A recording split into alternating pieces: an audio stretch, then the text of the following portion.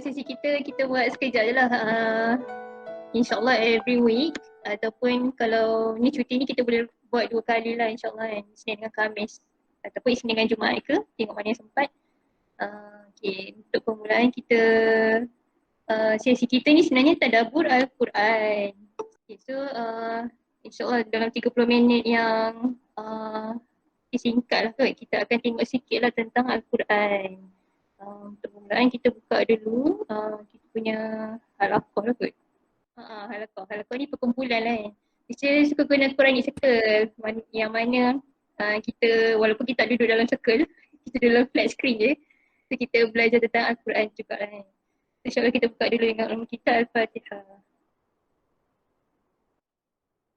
Ya Rabbi syrah li sadri wa yassir li amri wahlul 'uqdatam min lisani yafqahu qawli.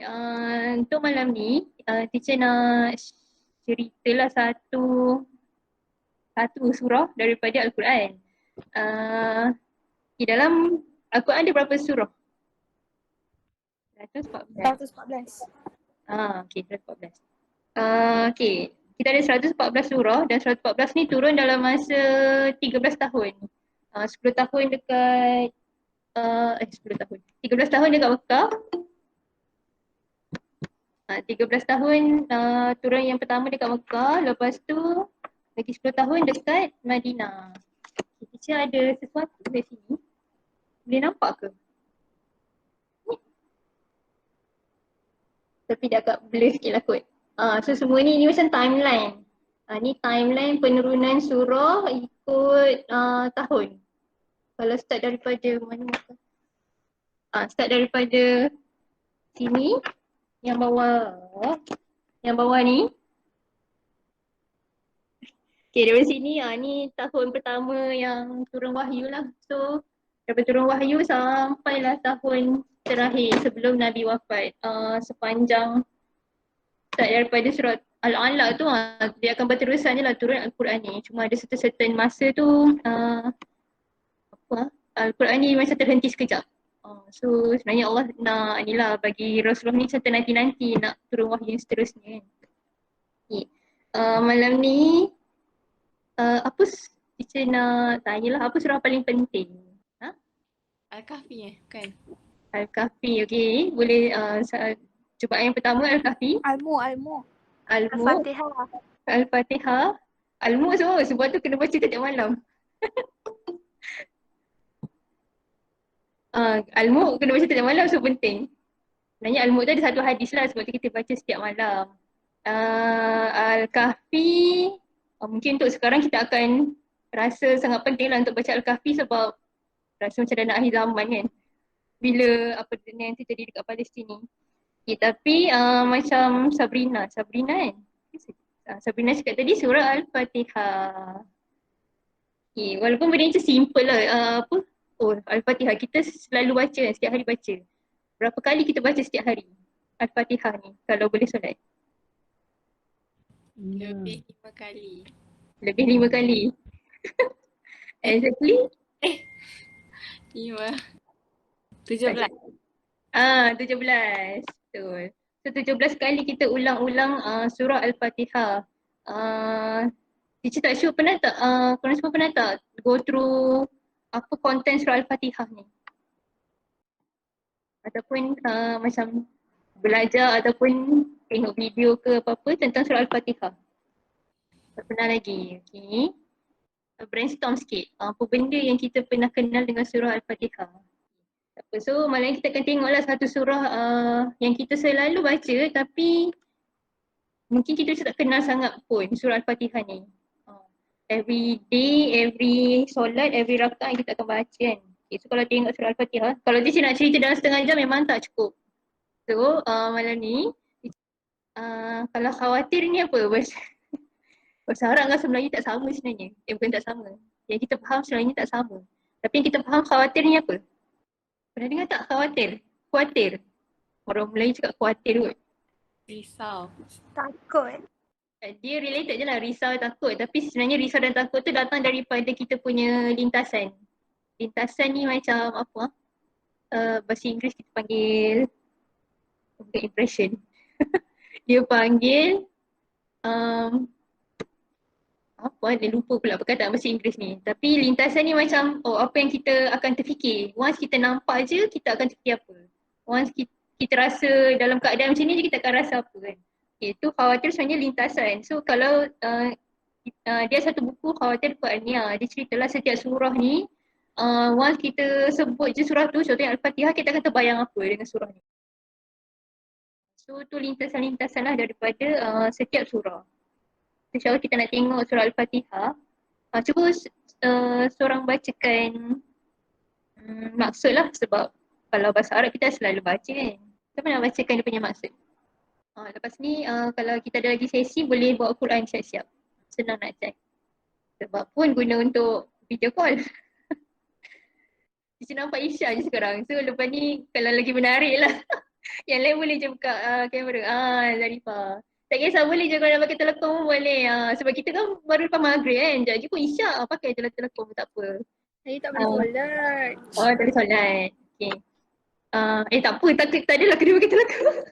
Tak ada solat kena pakai telekom pula. Tak adalah. Okay, siapa yang dah buka maksud terjemahan dia? Tak. Boleh lah. Kita nampak Isya je. Isya bacakan lah. 7 ayat. Baca semua ke teacher? Semua. 1 sampai 7. Baca yang maksud saja. Alright. Dengan nama Allah yang Maha Pemurah lagi Maha Penyayang. Segala puji bagi Allah Tuhan seluruh alam yang Maha Pemurah, Maha Penyayang. Pemilik hari pembalasan. Hanya kepada Engkaulah yang kami menyembah dan hanya kepada Engkaulah kami memohon pertolongan. Tunjukkanlah kami jalan yang lurus, iaitu jalan orang-orang yang telah Engkau beri nikmat kepadanya, bukan jalan orang-orang yang dimurkai dan bukan pula jalan orang-orang yang sesat. Okay. So surah ni kita mungkin dah hafal bahasa Arab, tapi bila kita baca dalam solat ni sebenarnya kita sempat tak faham apa yang kita baca. Maknanya translation ni sepatutnya kita boleh bayangkan, imagine bila kita baca Alhamdulillahirrabbilalamin. Kita boleh tulis imagine maksud dia apa. Maksudnya ni ayat kedua. Tak pula ayat pertama tu Bismillah kan. Bismillah mungkin dah biasalah. Dengan nama Allah yang Maha Pemurah, Maha Penyayang. Alhamdulillahirrabbilalamin. Segala puji bagi Allah Tuhan sekalian alam. Sempat tak kita bayangkan masa kita solat? Ke teacher rasa kalau imam tu kan laju semacam kalau imam tu kita akan mungkin bolehlah bayangkan sementara imam baca, tapi bila kita sendiri baca kan, boleh tak kita imagine setiap setiap perkataan yang kita sebut dalam Fatihah ni kita imagine apa dia punya maksud. So bila kita boleh faham maksud dia dan boleh imagine setiap apa yang kita baca tu, barulah kita feel. Macam kalau orang bersajak kan. Best tak dia bersajak kalau dia tak feel apa yang dia baca? Tak. Dia jadi macam robot. Tak feel lah macam pembaca berita pun macam tak lagilah macam robot je. Dia tak pula. Okay. So untuk surah Al-Fatihah ni, Alhamdulillahirrabbilalamin. Segala puji bagi Tuhan seluruh sekalian alam. Ar-Rahmanir-Rahim, yang Maha Pemurah lagi Maha Penyayang. Okay, teacher tak adalah nak go through macam mana tafsir setiap satu ayat, sebab kalau teacher go through macam tu dia akan jadi sangat lama. Okay, jadi surah Al-Fatihah ni kan tadi teacher kata dia adalah surah yang sangat paling penting dalam Quran.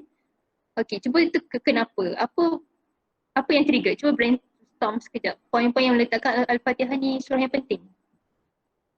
Agak-agak apa? Boleh je try. Sebab kita dah membesar dengan surah Al-Fatihah ni. InsyaAllah kan. Unless kalau yang revert tu dia baru belajar lah kot. Kat sini teacher ada tu 9. Tapi yang first ni teacher rasa mesti semua orang boleh perasan. Sebab surah Al-Fatihah ni surah pembukaan.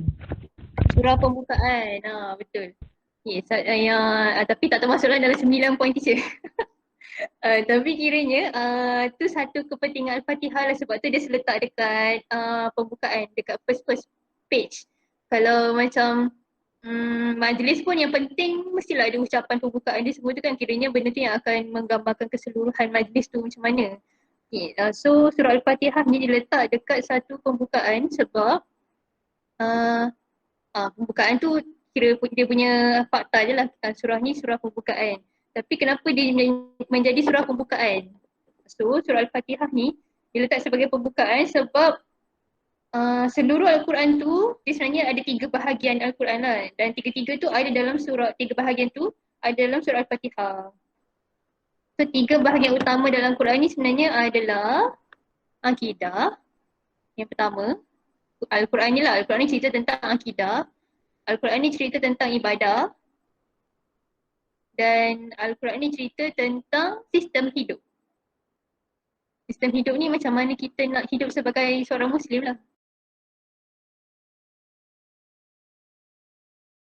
Sebenarnya yang ni 3 bahagian yang kita sebut lah. Tapi lagi satu ni sirah lah. Mostly kalau bahagi 3 dia ada akidah, ibadah dengan sirah. So sistem hidup tu kita boleh nampak melalui sirah, kita boleh nampak melalui ibadah tu juga tadi. Okay. So 9 yang perkara yang ada dalam surah Al-Fatihah yang Allah jelaskan adalah, kita tengok ayat yang pertama, yang kedua. Ayat yang kedua, Alhamdulillahirabbil alamin. Alhamdulillah tu kalau bagi Allah. Segala puji bagi Allah. Segala puji bagi Allah. Kita puji Allah kan sebab Allah tu kenapa? Sebab Allah Maha Pencipta. Allah Maha Pencipta, dan kalau ikutkan yang 99 nama Allah tu macam sangat perfect lah description pasal Allah kan. So Alhamdulillah ni maksudnya kita bersyukur lah dekat Allah atas sebab Allah tu yang menjadi kita punya Rabb. Rabb tu Tuhan. Tu yang pertama. So yang pertama ni point dia adalah nikmat Allah. So surah Al-Fatihah ni nak menerangkan sangat banyaklah nikmat Allah, dan dia dah mention dalam ayat yang kedua. Dan lagi satu ayat yang ada sebut nikmat Allah ni, ayat ke-6. Sekejap. 7.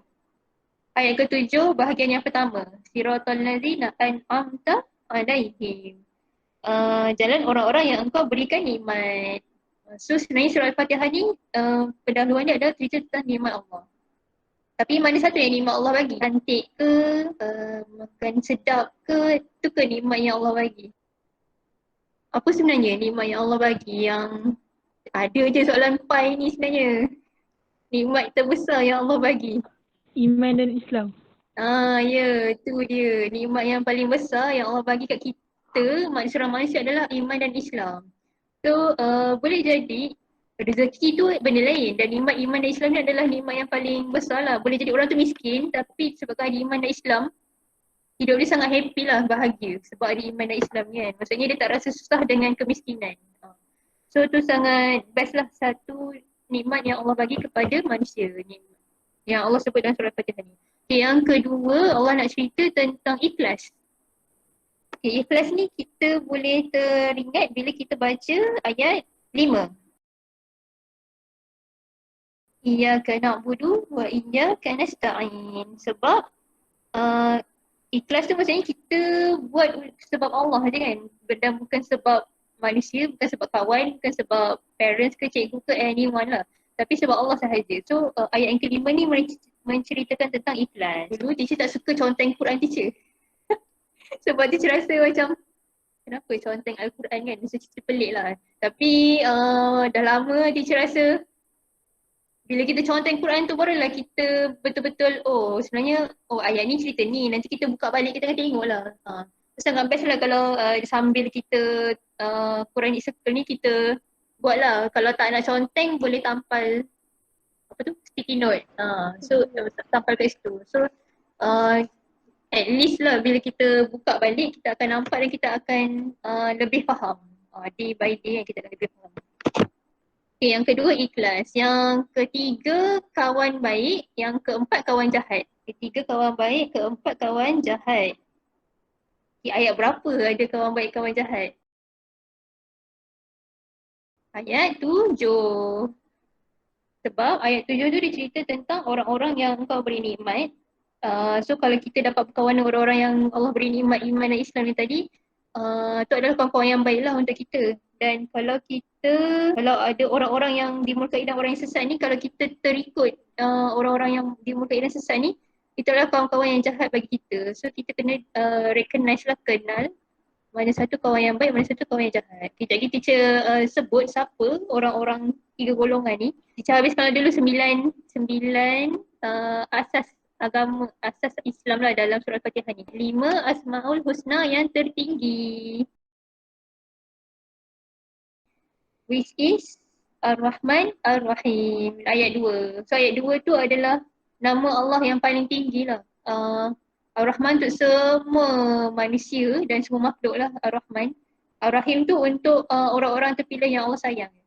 Maksudnya Ar-Rahim ni lagi close lah, lagi dekat. Allah tetapkan untuk orang-orang yang dia sayang. 1, 2, 3, 4, 5. Yang ke-6 istiqamah. So Al-Fatihah ni cerita tentang istiqamah bila kita tengok ayat yang ke-6.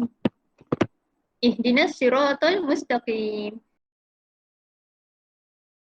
Tunjukkanlah kami jalan yang lurus. Istiqamah tu mustaqim. Mustaqim tu istiqamah. Tetap istiqamah tu macam constantly increasing in good deeds. Maksudnya kadang-kadang kita ada je naik turun. Memang manusia ni memang akan rajin malas macam tu. Tapi istiqamah tu dia macam kalau indeks ekonomi tu naik turun. Tapi lama-lama dia naik. Istiqamah tu adalah bertambah amal kebaikan walaupun kita macam kejap rajin kejap malas kan, tapi makin lama bertambah baik. So itu adalah istiqamah. 7 akhirat. Akhirat dalam ayat ke-4. Maliki yaumiddin. Penguasa hari akhirat. Yaumiddin. Yaumiddin ni hari akhirat. Kalau nak cerita hari akhirat ni ada lebih daripada 10 surah kot teacher rasa. Lebih daripada 10 surah cerita tentang gambaran hari akhirat tu je. Dan kebanyakannya juzuk 30 lah. So nanti boleh tengok juzuk 30 tu banyaklah gambaran tentang akhirat. So kalau kita tak boleh imagine lagi akhirat tu macam mana, kena ulang baca lagi lah. Surah-surah tentang akhirat ni dan imagine macam mana gambaran hari akhirat nanti. Itu yang ke-7. Yang ke-8, kepentingan doa. Sebenarnya Fatihah ada 2 bahagian. Bahagian pertama memuji Allah. Bahagian kedua part kita lah berdoa. So doa tu start daripada ayat 5, 6, 7. So dan doa ni adalah doa yang paling penting lah untuk kita sebab dengan petunjuk je kita boleh berjalan. Dan dengan petunjuk je kita boleh sampai ke destinasi. Boleh tak kita sampai nak pergi mana? Nak pergi Mekah tapi kita tak tahu macam mana nak pergi sana. Mungkin kita tahulah nak naik flight dah sampai kat Jeddah tapi dekat Jeddah tu lepas tu nak pergi mana? Macam tak tahu kan, tak ada petunjuk. So tanpa petunjuk kita akan sesat lah. Tak jumpa jalan ke arah tujuan kita kan. Sebab manusia ni kita ada tujuan kita hidup dekat dunia. Yang mana untuk menjadi hamba Allah dan pemimpin yang memakmurkan bumi. So dua benda kan, 2 tujuan utama. Dan doa ni yang kita minta dekat Allah, kita minta Allah tunjuk jalan yang lurus supaya kita tak menjadi golongan yang disebut dalam ayat 7 nanti. Okay, jadi kita akan tengok go through ayat 7 sebab ayat 7 ni sangat best lah. Dan yang last, yang ke-9, kepentingan Al-Fatihah ni sebab dia adalah kesatuan umat. Sebab bila kita baca, ada tak perkataan aku dalam ni? Aku ke kami yang digunakan dalam surah Al-Fatihah? Kami. Kami. Dan tak ada pun perkataan aku dalam surah Al-Fatihah ni. Maksudnya bila kita macam minta doa pun hanya kepada engkau tapi kami yang mengabdikan diri. Dan kepada engkau kami mohon pertolongan. Tunjukkan kami jalan yang lurus. So nak katanya surah Al-Fatihah ni dia bukan individualistik. So, maksudnya kita sebagai Muslim ni kita tak sepatutnya jadi individualistik. Kita kena jadi orang yang bersama-sama dengan semua orang Islam lah. Sebab itulah doa tu bukan untuk kita je tapi untuk semua orang lain juga. Dan tu yang terakhir lah, kesatuan umat. 9 asas yang disebut dalam surah Al-Fatihah ni. Sebenarnya teacher tak habis pun cerita pasal khawatir Quran ni lah. Tapi untuk untuk next Quranic Circle hari Khamis, dia nak tengok Mungkin kita akan tengoklah surah Al-Baqarah, tapi dalam ayat ke-7 dia manusia ni dia akan terbagi pada 3 golongan. Ayat 7 ni apa yang berlaku sekarang kita boleh nampak depan mata. Golongan yang pertama, orang yang diberi nikmat. orang yang diberi nikmat. Dia ada explanation juga, footnote. Siapa orang yang diberi nikmat? Okay, orang yang diberi nikmat tu sebenarnya orang yang beriman. And mostly dia start daripada ni lah, para nabi ataupun rasul. Rasul, nabi, siddiqin, orang yang benar, syuhada dan orang yang soleh. So setiap orang yang, ni golongan yang pertama yang Allah sebut. Orang yang diberi nikmat, iman dan Islam.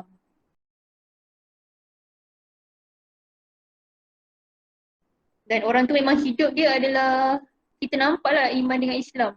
Maksudnya, yang betul-betul lah kalau Islam cakap macam ni, dia hidup macam ni. Dia tak adalah Islam cakap macam ni, dia macam hidup ikut suka hati dia.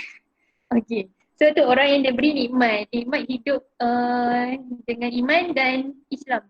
Dan golongan yang kedua Allah sebut maghdub. Maghdub ni golongan yang dimurkai. Dan yang ketiga Dolin. Dolin ni golongan yang sesat. So golongan yang dimurkai ni sebenarnya golongan Yahudi. Jews lah yang sekarang kita tengok tengah buat apa dekat Palestin tu, yang Israel tu. Tu satu golongan. Kita memang boleh call dia orang as Yahudi, golongan yang dimurkai ni, sebab nanti surah Al-Baqarah tu dia adalah cerita-cerita apa benda yang diorang buat. Dan sekarang pun kita nampak kan macam mana diorang punya karakter ni, dan memang layak lah untuk Allah murka. Allah marah dengan orang-orang Zionis. Bukanlah semua Yahudi, tak juga. Yang Zionis tu. Sebab ada je Yahudi yang baik, tapi Zionis tu memang tak berhati purut langsung. So memang Allah sangat murka dengan diorang ni. Tapi adalah diorang punya sejarah lagi daripada zaman Nabi. Tapi Nabi Yaakob tu baik lagi. Anak-anak dia tu. Anak dia yang lepas tu yang dah start macam Allah murka lah. Dan mostly zaman Nabi Musa. Banyak yang Allah murka tu sebab zaman Nabi Musa.